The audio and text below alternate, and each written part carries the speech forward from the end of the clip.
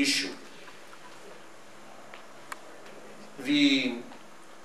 There is something that I want to say. Despite the difficulties, we cannot say that this is the end of the road. Let's stay as we are now in Cyprus, divided, and through the division, the Greek Cypriot community will create a second Greek Republic. Because the current situation in Cyprus will not be a stable situation. We will probably face other problems in, through the time. So we have to take out of our mind the possibility of accepting the current situation as the final solution of the Cyprus issue. We have to continue. I'll take the last question from Peter, next to me. But there's plenty of chance after this question that we discuss informally with Mr. Stephanou over a drink, whatever you like. Thank you, John. Stefanou, Turkey has displayed in the last, or has exhibited really in the last few months, a new assertiveness in its foreign policy. It's quite clear that it's pursuing a highly assertive foreign policy that seems to be departing even from its traditional allies. They voted against the UN Security Council resolution in relation to the the sanctions against Iran recently. They're now at loggerheads with Israel. It seems to me that Turkey is displaying a desire to become a regional power far beyond, the parameters that it had previously occupied.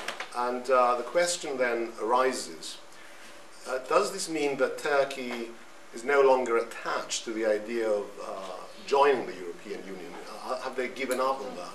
Partly as a result of perhaps the French and German reluctance to admit them. And if that is the case, what chance is there of Turkey responding to our desire to see the island reunited, bearing in mind that, as you said in your speech in answer to a question earlier, that is one of the cards that we have, as the Republic of Cyprus. So I was just interested in your views in relation to this latest sort of highly assertive stance by Turkey in the region. Yeah. My opinion on the political future of Mr. Erdogan and his party is very closely related with the fulfillment of the European aspirations of Turkey. And that's why I believe that despite the tactics of the foreign policy of Turkey, if Erdogan prevails in the next elections, will continue very hard in order to become member of the European Union. But at the same time, Turkey tries to find and to achieve a bigger role in the area, to be a superpower in the region. That's why she seeks ways of becoming the leader country of the Muslim world and the Arab world.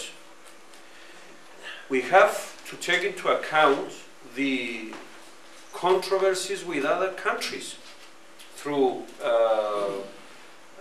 the policy of Turkey. We cannot ignore, for example, the stance of Egypt. Egypt is worrying about the role of Turkey because Egypt now is the leader country of the Arab world, and she doesn't see with a positive way the policy of Turkey. The same are the feelings, and I know very well, with Saudi Arabia, because Saudi Arabia is the leader country of the Muslim world, and doesn't want Turkey to be involved as a leader country in the Muslim world.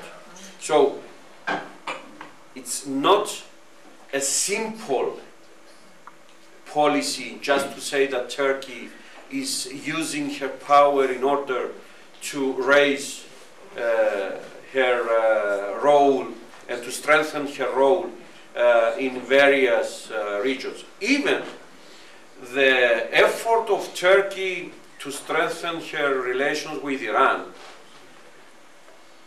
creates problem with the United States of America. They're very worried. I'm not saying that the United States will say, look, Turkey now is trying to find ways of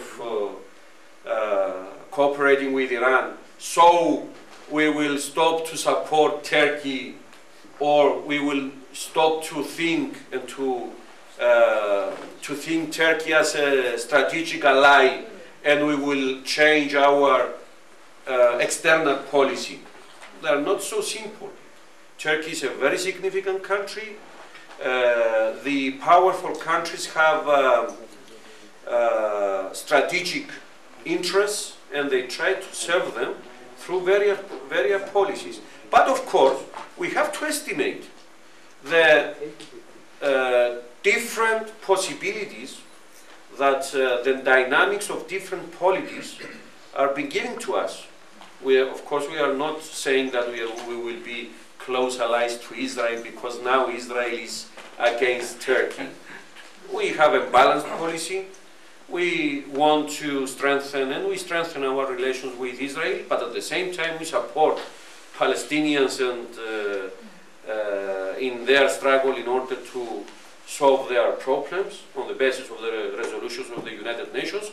But we have to follow all the dynamics and all the differentiations of the policies in the region, trying to utilize everything that it is in our hands in order to resolve the Cyprus issue.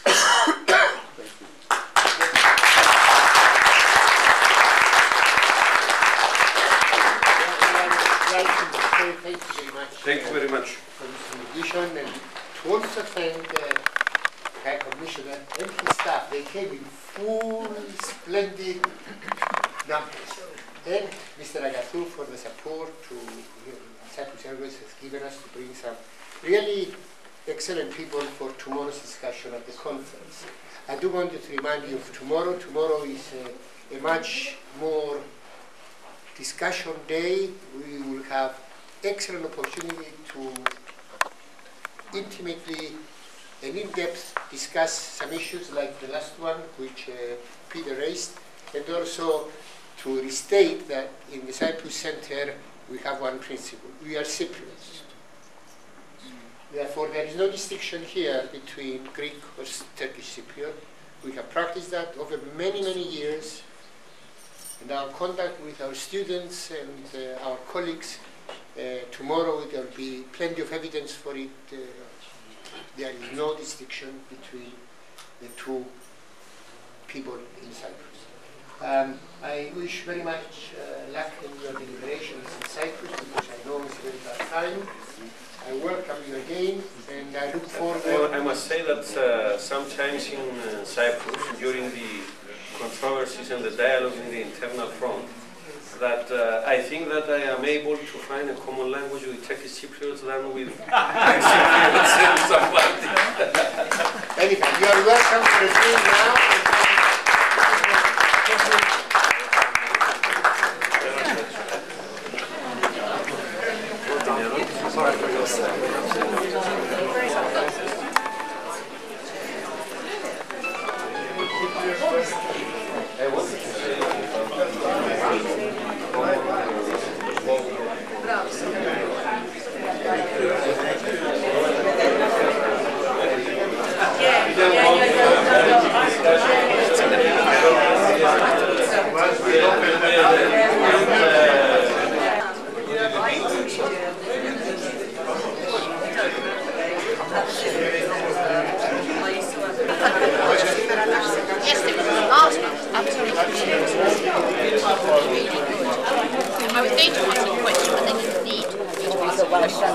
Mine would have been about the current economic situation.